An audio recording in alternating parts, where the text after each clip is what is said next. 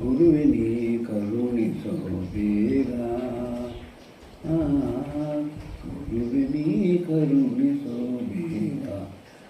ಅನುಮಾನ ಅಳಿದನ್ನ ತನು ಮನ ಧನವ ನಿಮ್ಮದಾಗಿಸಿ ಕರುಣಿಸೋ ಗುರುವೆ ನೀ ಕರುಣಿಸೋ ಬೇಗ.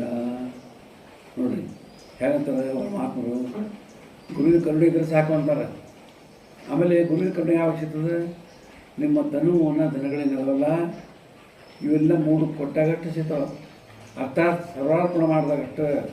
ಬರೀ ಶರಣಾದಾಗ ಮಾಡಲಿಲ್ಲ ಅಂತಾರೆ. ಶರಣ ಅಂದರೆ ಏನು? ಯಾರು ಸರೆಂಡರ್ ಆಗ್ಯಾರ, ಯಾರು ತಮ್ಮ ಗುರುವಿಗೆ ಜ್ಞಾನಿಗಳಿಗೆ ಗುರುಗಳಿಗೆ ಸರೆಂಡರ್ ಆಗ್ಯಾರ, ಸಂಪೂರ್ಣವಾಗಿ ಸಮರ್ಪಣೆ ಮಾಡ್ಕೊಂಡಿದ್ದಾರೆ, ಮುಖ್ಯವಾಗಿ ಗುರುಗೆ ದೇವರನ್ನು ತಿಳ್ಕೊಂಡಿರ್ತಾರೆ, ಅವ್ರಿಗೆ ಹೇಳ್ತಾರೆ. ಅವಾಗ ಎಲ್ಲರನ್ನ ಅರ್ಪಣೆ ಮಾಡಿದಾಗ ಮನುಷ್ಯಾಗ ಕರುಣೆ ಬಂದೇ ಬರ್ತದೆ. ಅವ್ನು ನಾವು ಹೇಳಿದ್ರೆ ಬರ್ತದೆ. ಅದಕ್ಕೆ ಗುರುವಿನ ಕರುಣಿಸೋ ಬೇಗ. ಅನುಮಾನ ಒಳಿದನ್ನ, ನನಗೆ ಅನುಮಾನ ನನ್ನೊಳಗೆ ಏನು ನೋಡಿ ಎಷ್ಟು ನಿರ್ಮೂಲಚಿತ್ತವಾಗಿ ಹೇಳ್ತಾರೆ ಪ್ರಾರ್ಥನೆ.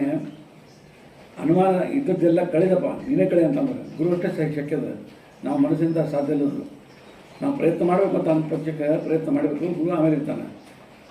ಅನುಮಾನ ಒಳಿದನ್ನು ಕಳೆದು ಎನ್ನ ತನು ಮನ ಧನವ ನಿಮ್ಮದಾಗಿಸಿ. ಇದು ನೀವೇ ಮಾಡ್ಬೋದು, ಇದು ಸರ್ವಾರ್ಪಣೆಯನ್ನು ನೀನೇ ಮಾಡ್ಕೊಳ್ಬೇಕು ಅಂತ ಕಡೆಗೆ ಒಂದು ವಿಶ್ವಾಸದಿಂದ ನಿನ್ನ ಮ್ಯಾಗದ, ನನ್ನ ಅಖಂಡ ನಂಬಿಕೆ ಅದ. ಅದು ಅಷ್ಟು ಇಲ್ಲ ಮನುಷ್ಯ ಅಂದರೆ ಮತ್ತೇನು ಮಾಡಲಿಕ್ಕೆ ಸಾಧ್ಯವಿಲ್ಲ. ಸಮರ್ಪಣೆ ಮಾಡಲಿಲ್ಲ ಅಂದರೂ ಅಖಂಡವಾದ ವಿಶ್ವಾಸ ಇದ್ದರೆ ಸಾಕು ಗುರುವಿನಲ್ಲಿ. ಅದನ್ನು ನಮಗೆಲ್ಲ ಸಾಧ್ಯದ. ಗುರು ಕರುಣಿಂದ ಏನೆಲ್ಲ ನಾವು ಸಾಧಿಸಬಹುದು.